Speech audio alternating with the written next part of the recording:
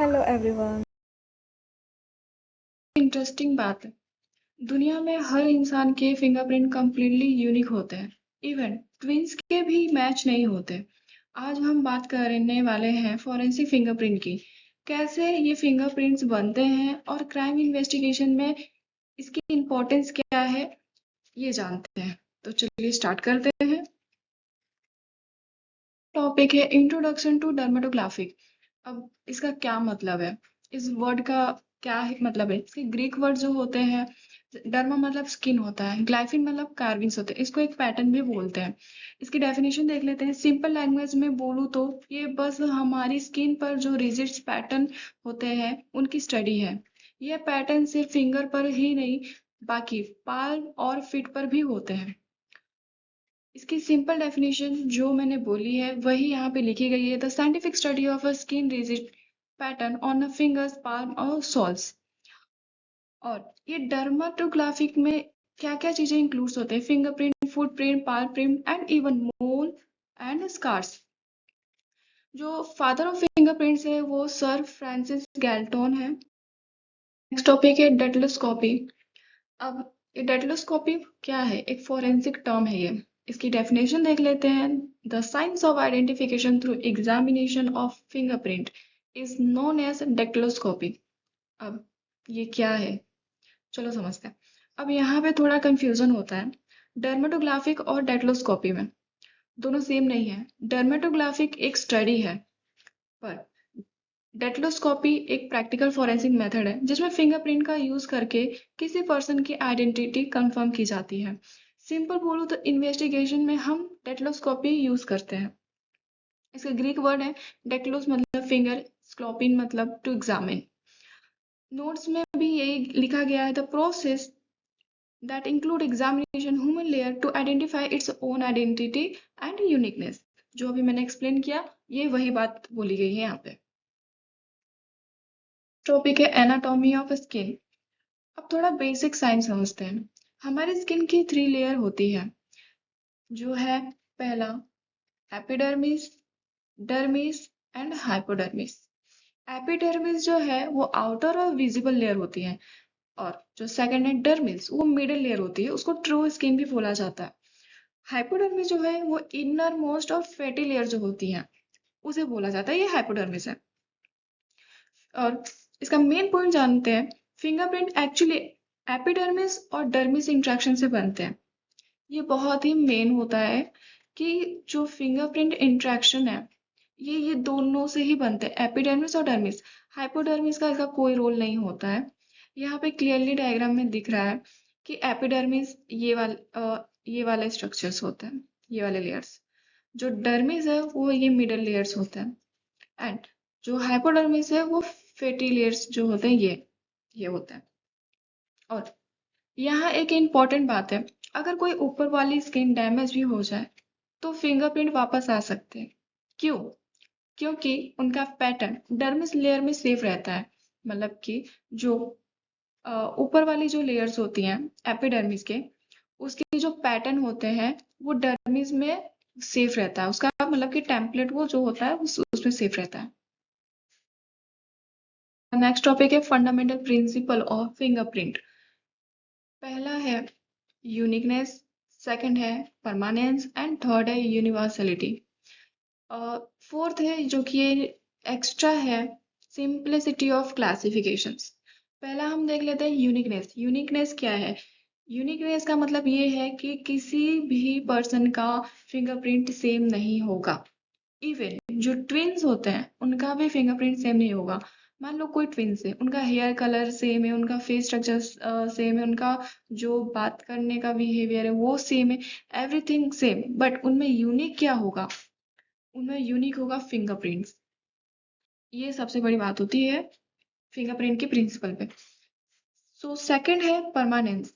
अब जो पैटर्न है वो फॉर्म हो जाता है इन वॉर्म and remain unchanged through life. मतलब कि जब वो पैटर्न जो फिंगरप्रिंट का पैटर्न होता है वो फॉर्म हो जाता है बर्थ से पहले ही वोम में, और वो हमेशा के लिए टिल डेथ तक वो चेंज नहीं होता। उसके साइज जो होते हैं इनलार्ज होते हैं, पर उसके जो पैटर्न होते हैं वो कभी चेंज नहीं होते हैं। till life. यूनिवर्सलिटी, इसका क्या मतलब है? Every individuals is born with friction, मतलब हर इंसान के पास फिंगरप्रिंट होते हैं। इसी वजह से ये फोरेंसिक साइंस में इतने रियलेबल होते हैं, बहुत इंपॉर्टेंस होते हैं।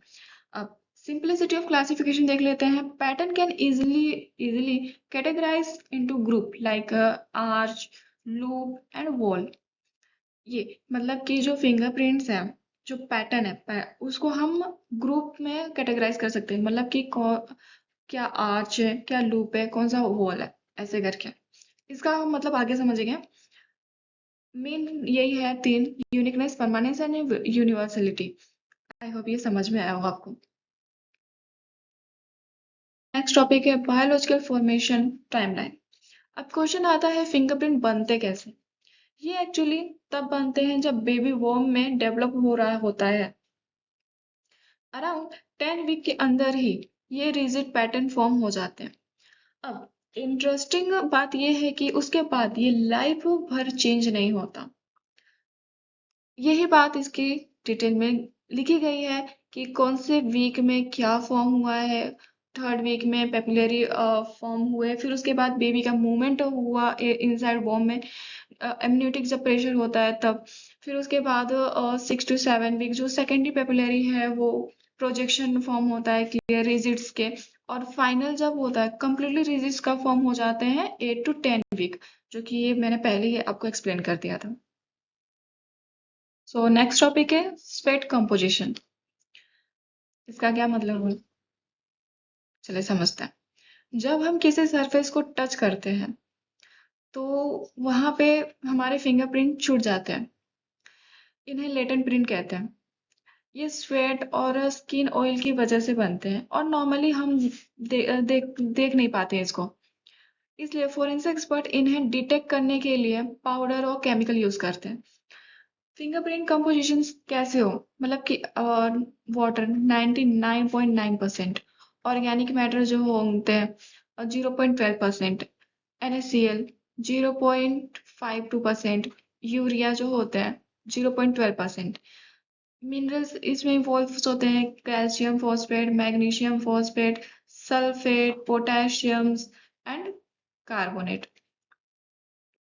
अब इसका मेन वही है जो मैंने अभी एक्सप्लेन किया है। Sweat, dust, dirt and oil are responsible for the formation of print on a surface. जो फिंगरप्रिंट्स जो हमारे आते हैं, ये यही सब रिस्पॉन्सिबल्स होते हैं जिस वजह से हमारे प्रिंट्स आ जाते हैं सरफेस पे। होप ये आपको क्लियर हो। नेक्स्ट टॉपिक है फिंगरप्रिंट एविडेंस। ये बहुत इंपॉर्टेंट होता है टॉपिक। अगर ये आपने समझ लिया तो आप इजीली समझ पाओगे कि जो फिंगरप्रिंट एविडेंस है वो किस टाइप के होते हैं। पहला है विजिबल प्रिंट, सेकंड है लेटेंट प्रिंट एंड थर्ड है प्लास्टिक 3D प्रिंट। अब विजिबल प्रिंट में क्या है? Form by finger cover in blood, ink, dirt and easy to see. मतलब इसका क्या हुआ कि मान लो कि मेरे हाथ में ब्लड लगा है और मैंने किसी सरफेस को टच किया, तो वहां पे मेरा फिंगरप्रिंट क्लियरली विजिबल हो जाएगा ना। आप खुद सोच के देखो। तो वहां पे अगर मेरा फिंगरप्रिंट इजीली आ गया तो मतलब आसानी से देख सकते हैं, निकाल सकते हैं उसको हम, उसको स्टडी कर सकते हैं, उसके पैटर्न्स को हम समझ सकते हैं इजीली। उसमें कोई मेहनत नहीं लगेगी, कोई भी उसमें डेवलपमेंट या फिर कुछ भी यूज करने की नीड नहीं है, सिंपल। थर्ड है लेटेंट प्रिंट। लेटेंट प्रिंट क्या? इनविजिबल टू नेकेड आई, मतलब कि ये हम नेकेड आई से नहीं देख सकते। अब इसमें ये फॉर्म होता है स्वेट और ऑयल। मान लो कि मैंने अपन ग्लास टच किया है, कुछ भी टच किया, कोई सरफेस टच किया, तो वो फिंगरप्रिंट आ जाएगा, पर हमें दिखेगा नहीं कि वो फिंगरप्रिंट हमारा मतलब वहां पे आया। तो उसको हमें रिक्वायर होता है डेवलपमेंट की। उसे हम केमिकल या फिर पाउडर्स के यूज करके वो फिंगरप्रिंट हम डेवलप करते हैं, तब जाके वो हमें दिखता है। हमें प्रिजर्व करने के लिए, हमें उसको स्टडी करने के लिए हमें उसे पहले डेवलपमेंट करनी पड़ेगी, तब जाके हमें वो फिंगरप्रिंट मिलेगी, वरना नहीं मिलेगी। इसका मतलब होता है लेटेंट प्रिंट। लेटेंट प्रिंट वो है जो आपको नेकेड आई से नहीं दिखेगा, आपको डेवलपमेंट करके आपको वो प्रिजर्व करना है, उसको स्टडी करना है, इसका मतलब होता है। होप कि ये दो टॉपिक आपको इजीली समझ में आए। Plastic 3D print found in soft material like wax, soft fat. मतलब क्या है? जो सॉफ्ट सरफेस पे बन जाते हैं जैसे वैक्स या सो, मतलब जो सॉफ्ट सरफेस पे फिंगरप्रिंट बन जाते हैं, वैसे इसको बोलते हैं 3D प्रिंट। सो हमारा नेक्स्ट टॉपिक है फिंगरप्रिंट पैटर्न टाइप। ये बहुत ही इंपॉर्टेंट है और बहुत इजी है। अगर आपने इसको समझ लिया तो उसके जो पहले मैंने टॉपिक समझाया था वो इजीली आप उसको स्टडी कर सकते हो। इसका है पहला, लूप। लूप 60 to 65%, ये बहुत कॉमन होता है। लूप का क्या है कि एक साइड से एंटर होता है और एग्जिट करता है सेम साइड से, ये लूप होता है। वॉल जो 30 to 35% होता है, सर्कुलर होता है और स्पाइरल पैटर्न होते हैं इसके। आर्च 5% होता है, ये बहुत रेयर होता है। रेजिस्ट एंटर करता है एक साइड से और एग्जिस्ट करता है अनदर साइड से, वेव लाइक। इसके डायग्राम्स, एक साइड से एंटर हो रहा है और एक साइड, सेम साइड से वो निकल रहा है, तो ये लूप है। वॉल ऐसा सर्कुलर टाइप और स्पाइरल टाइप होते हैं, तो उसको हम वॉल बोलते हैं। आर्च क्या है, एक साइड से एंटर कर रहा है और उसके अदर साइड से निकल रहा है, तो वो आर्च होता है।